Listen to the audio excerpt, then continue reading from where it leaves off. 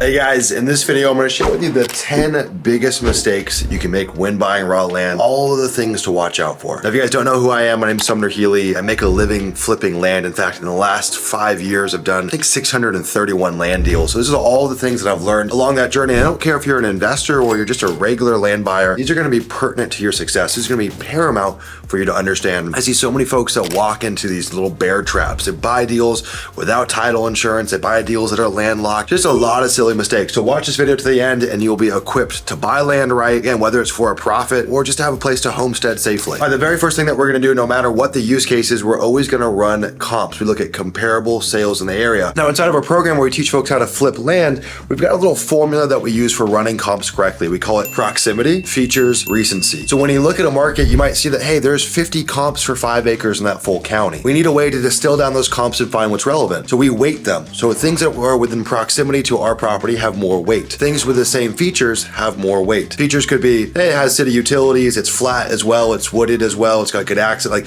those are features. And the next thing is how recent was that comp. The more recent it is, the more valuable it is to us. So that's how we weight our comps. A lot of times you don't need a lot of comps to understand values. And of course, at the very least, you want to be buying at market value, but realistically, you want to be buying below market value. Even if you're a retail buyer, the cool thing with land is it's very illiquid. It's really easy to go make discounted offers to owners because frankly, they don't have a lot of options to turn around and sell these properties. It's not the same thing with houses where they have people kicking down their door to buy their property. So I think it's pretty reasonable to buy on-market deals for 70 to 80% of what they're listed for. It's pretty damn common. But if you're in a hyper-competitive market, you might need to still be that 100% or very close to it for retail value, but you need to know what the property is really worth. Now, you could send out an appraiser and you can get a realtor to run comps, but frankly, most of it's malarkey. Land is very, very subjective. It's very, very hard for an appraiser to actually give you a spot-on comp, and I think you're just gonna waste money. So go and learn how to do this. We use Redfin to run our comps. Again, that's proximity, features, recency. All right, the next thing is we never want to think about buying any property without title insurance. Yes, in some sense, title insurance is a scam, but it's a necessary evil. Essentially, it's a title company that gives you an insurance policy on the work they did. And it makes sure there's no crazy liens or previous owners are gonna come and haunt us or back taxes. It's gonna make sure all of that stuff is clear and we're gonna have insurance on the work that they did.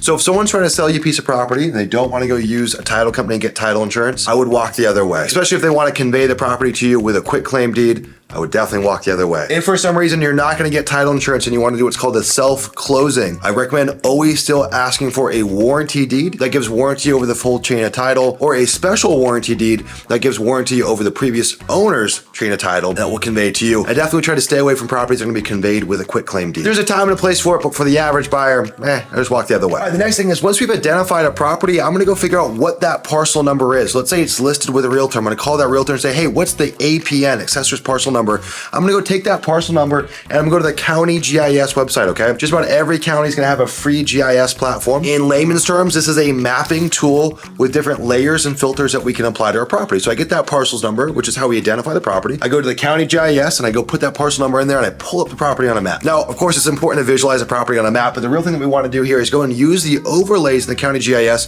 for flood zones and wetlands. Now, it's not to say you can't buy properties that have flood zones or wetlands, but it's paramount that you actually go and discover this yourself. Say, A, do they exist or do they not exist? But also, if they do exist, how do they run through the property? How do they interact and interface with the property? And also, as it relates to flood zones, we need to understand what kind of flood zone is it? You see, FEMA has different classifications for flood zones. So it might be a flood zone AE, which is a 100-year flood zone. That might be very different than a flood zone A, right? Important to know, does it exist? How does it influence the property? How does it interface with the property? And then in the case of flood zones, what kind of flood zone is it? I don't want to scare anyone off and say, don't buy properties with flood zones or wetlands. You certainly can. You just need to have an awareness around it. And this is completely free to do. All right, once we've validated that step, we're gonna move forward and we're actually gonna go get boots on the ground to go visit the property. Now that may be you, that's the best case scenario, but I know some of you guys are buying land out of state. Like out of the 631 deals that we've done in our business, most of them have been in a different state. And so what we do is we hire either a photographer, like a drone pilot, who will walk the property, do an aerial survey with a drone and take pictures boots on the ground. Or in some cases where we can't find that,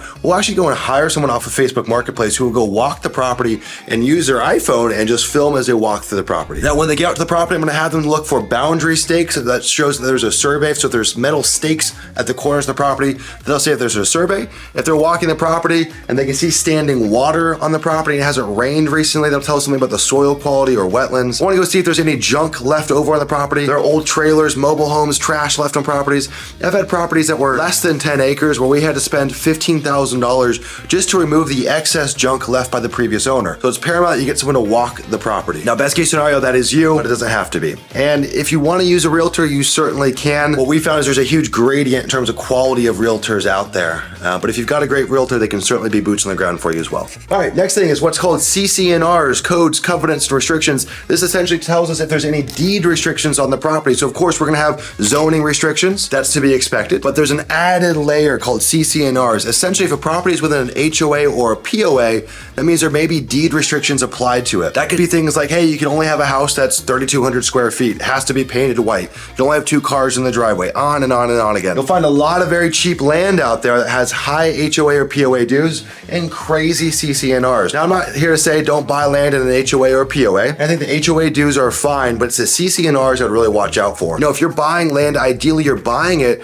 to have freedom. You want to do whatever the heck you want to do on the property. And there's a lot of land out there where that's not the case. Next is what we call legal and physical access. Now, we can partially identify this in the county GIS in terms of the legal access, ensuring it's got county road frontage or some kind of county road leading to it, or an easement or something of the sort. But the next thing we need to validate is what we call physical access. So it's one thing to have a road leading to the property. It's another thing to say, well, what's the quality of the road that leads to the property? You see, there's been many deals that we've passed on in our career where it legally had access, but physically, it was damn near impossible to go and use that. Unless you've got a crazy Jeep Outlander set up, you probably want to be mindful of what kind of roads you're going to be crossing to get to your property. Now, there are many deals out there that don't have technical county road frontage, but they may have legal access through an easement or something of the sort. When you get your title insurance policy, this will be validated by the title company. So not to worry, you don't have to have all the answers on that. But when you pull it up on the county GIS map, you'll see the property mapped, and you should see in most cases some kind of county road frontage, which removes the need to think about having an easement for access. Now, a property could still have an easement that conveys to someone else that they use for access. Could be a utility easement.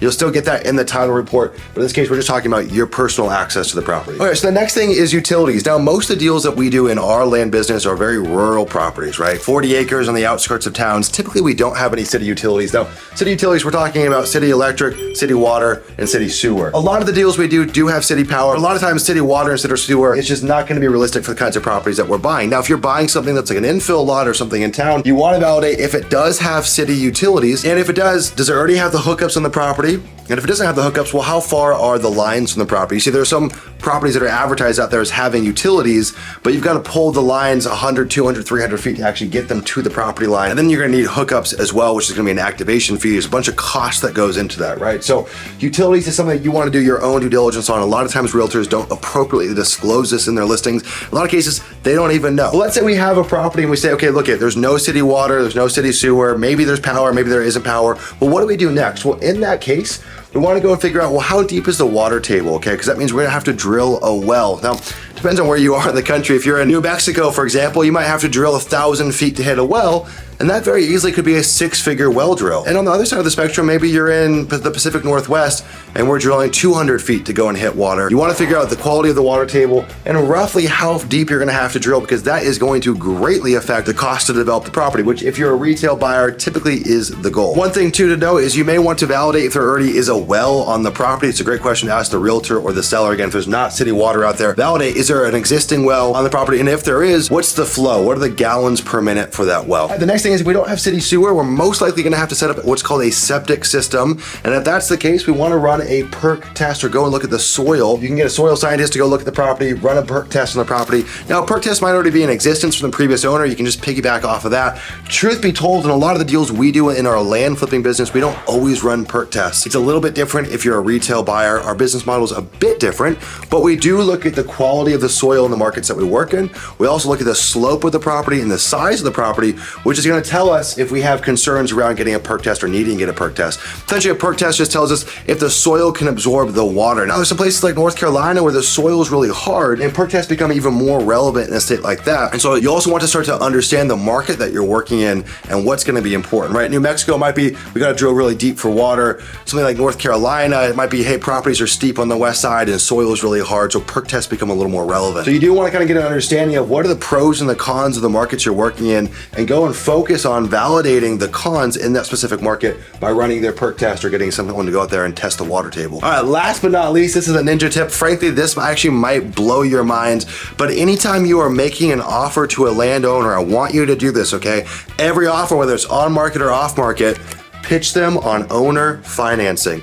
Essentially, that means that the owner will carry a note for you. Now, this isn't uncommon in traditional real estate, but there's something very interesting that happens in land. You see, most land sellers don't have a lot of buyers lining up at the door, right? It's a very illiquid asset, unlike houses. And what that means is they're a little more open to creative offers. If you go on Zillow right now or you go to Redfin, you'll see there's a lot of properties that have been sitting up for 1 year, 2 year, 3 years, and you can walk up to them with a really aggressive owner finance offer, remove the need for a bank, or just put less of your own money into a deal, or maybe buy a deal that otherwise you wouldn't be able to afford. The truth is, getting bank lending on land is hard. It's possible, but it's hard, and typically the property's got to be beyond about $250,000 for banks to even want to entertain it. We did a deal in Texas where we put 20% down as a down payment. That was $40,000. We're paying them 7% interest. We have 20-year amortization and a 5-year balloon on that payment. So we're able to go control a multiple 6-figure property for about $40,000 out of our pocket. Now, this deal was sitting on market, been up for a few months, and deals like this happen day in and day out. You see, most retail land buyers just don't even understand that this is a possibility for them. So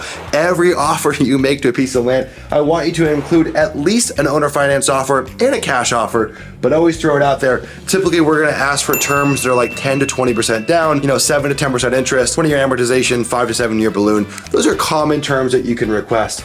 So shoot your shot. All right, guys, I hope this video was helpful. If you want to get more land tips and learn how you can build your own land flipping business, be sure to subscribe, give this video a thumbs up, and we'll see you guys in the next one.